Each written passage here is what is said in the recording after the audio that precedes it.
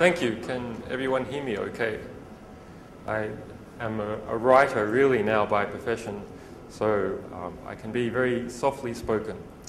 If I start speaking too softly, then please just go like this. I know you're an Asian audience, but you can still do it. Okay, so I just had this lovely introduction here, but perhaps some of you should know a little bit more about my background and why I'm involved in this. So I was a famous teenage computer hacker in Australia and a long-term activist, and I've been reading generals' emails since I was 17.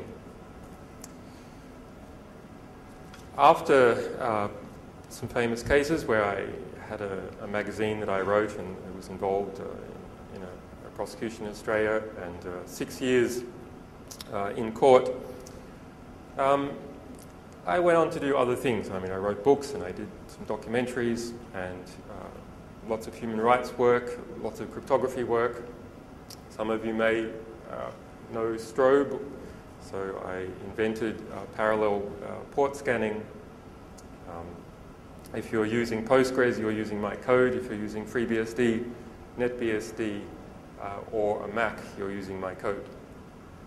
But after a while, I decided I would go and do something else.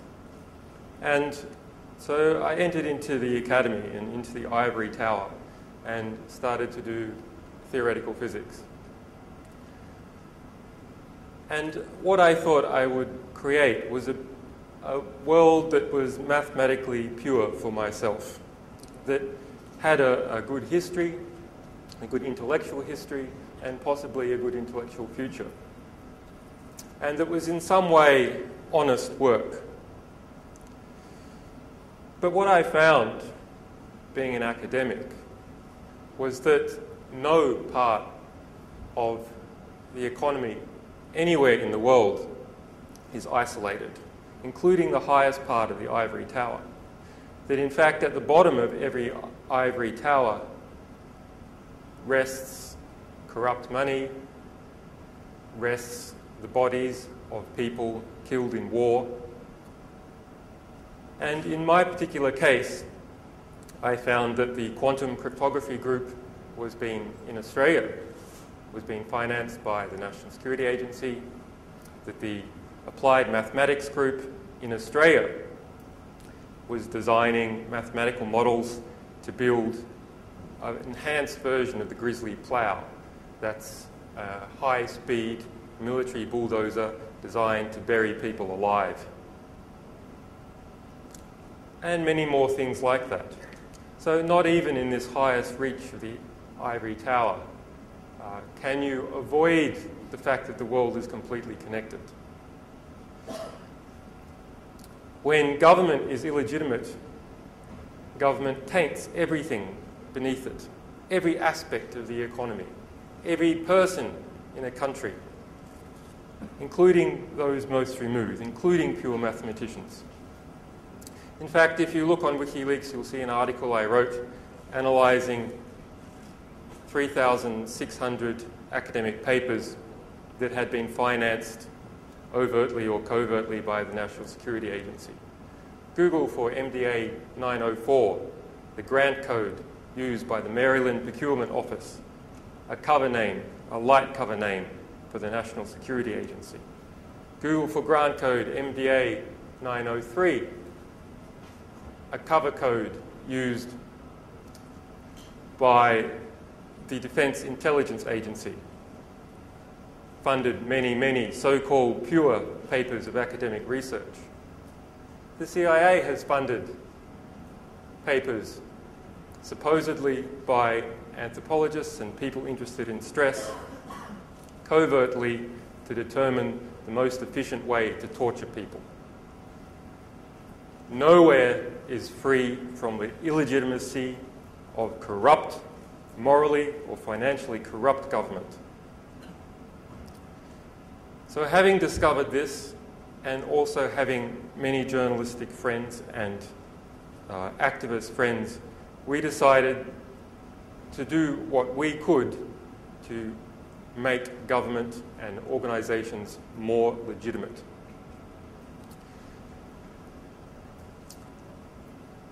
what we had seen as journalists is that there were two sorts of political reform that happen in society. One, something that is part of a tide of change that happens because a new invention is introduced into the society, or a new form of commerce or environmental change. That seems to happen anyway, organically, and there's nothing we can do about it. And it may be positive and it may be negative. But there are other aspects of reform that don't have to happen. Sometimes they do and sometimes they don't. And those parts of reform are seeded and created by unauthorized disclosures.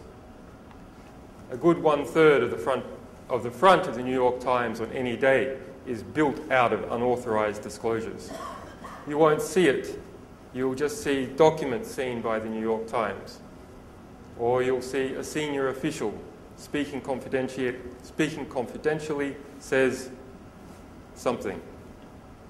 And that's really the big driving force for political reform all across the world, is individuals who know of an unjust plan or an unjust past, revealing it to the population, so all the people in the population can decide to support or not support those people or their opponents, not just in democracies, but in all countries. So, what is WikiLeaks? Okay, the group of people, activists and journalists, cryptographers who came together, we call them Sunshine Press. We have a platform on the internet, our most famous platform, and that is called WikiLeaks. So we do something relatively simple. We want to enable information to go out to the public that is not just any information, but that it has the greatest chance of achieving political reform, positive political reform in the world. There's a lot of bits everywhere in the world. Some of those bits are special. Some of those bits can achieve something good. And the more bits there are in the world, the more the problem becomes, how do you find those bits which can change our civilization into a better state? So we look for an economic signal, a color on those bits, which is that they are restricted, that someone understands those bits, the people who created them. That's who understands them the best.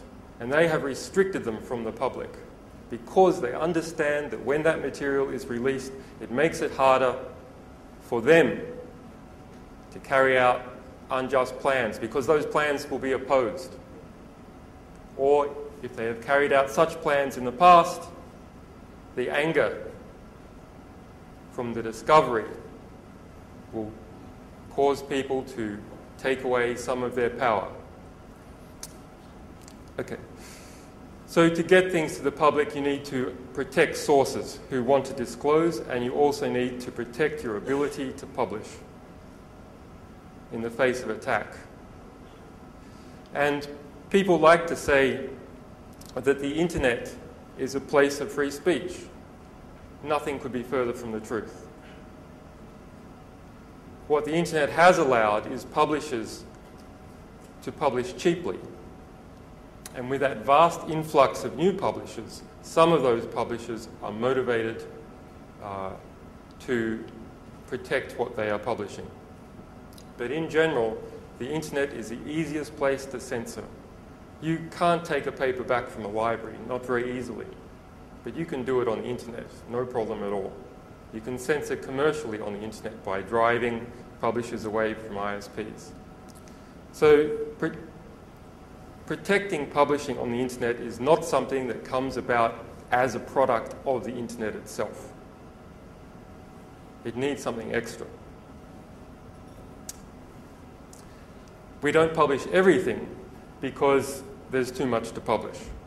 So once again, we try and look for those bits that are likely to achieve political reform. And so we limit ourselves to the hardest cases, the hardest publishing cases that no one else can publish. So that means non-public censored documents of political, diplomatic, or historical significance.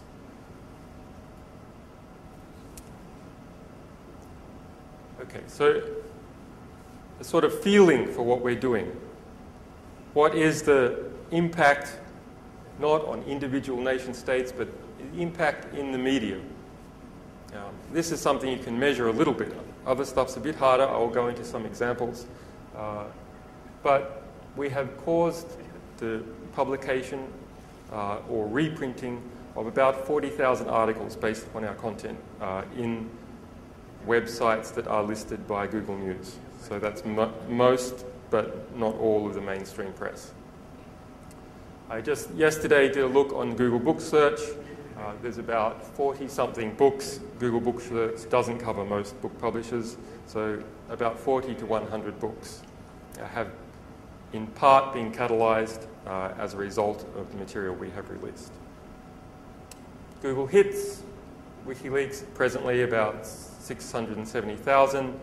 For Malaysians here, a good comparison is Malaysia Insider has about 46,000.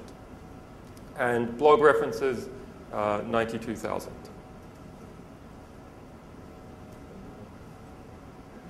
Guys, I've been censored. Come on. Actually, speaking of which, in this crisis that is occurring in the United States with journalists, a journalist who is fired is 100% censored. Thanks. Okay. So this map is by Freedom House. This is the Global Press Freedoms Index for 2007.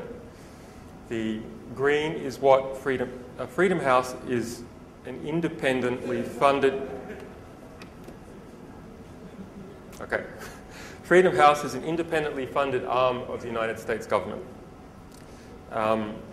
So it does have a little bit of a bias, but it also has some good people.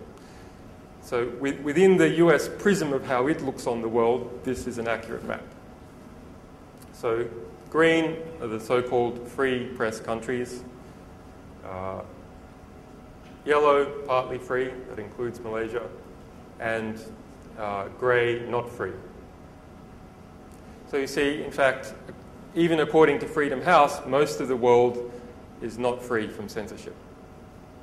Now, of course, you'll hear from the stories I will tell you that this green is a complete illusion, an entire illusion. What has happened is that there has been a privatization of censorship in the green countries. It's no longer direct state censorship most of the time.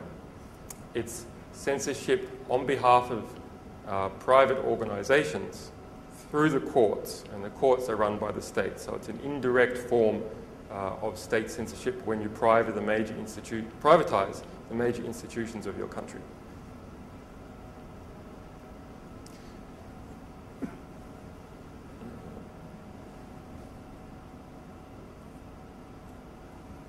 Okay, so how many people here have ever gone to the front page of the website? Can I see some hands? How many people haven't?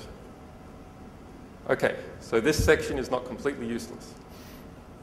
So this is what you will see if you go to the front page of the website. This is WikiLeaks. We help you get the truth out. If you then scroll down, you will see on the right-hand side recent material that we have released, or that has been censored and we have uncensored. On the left-hand side is news reports that have been caused by the material on the right-hand side. So information catalyzed in the mainstream press, sometimes the alternative press, and sometimes articles that we have written ourselves, if no one else is picking it up.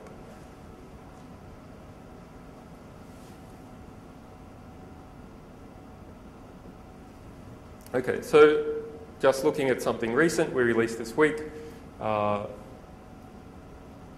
UK MOD Manual of Security, volumes 1, 2, and 3.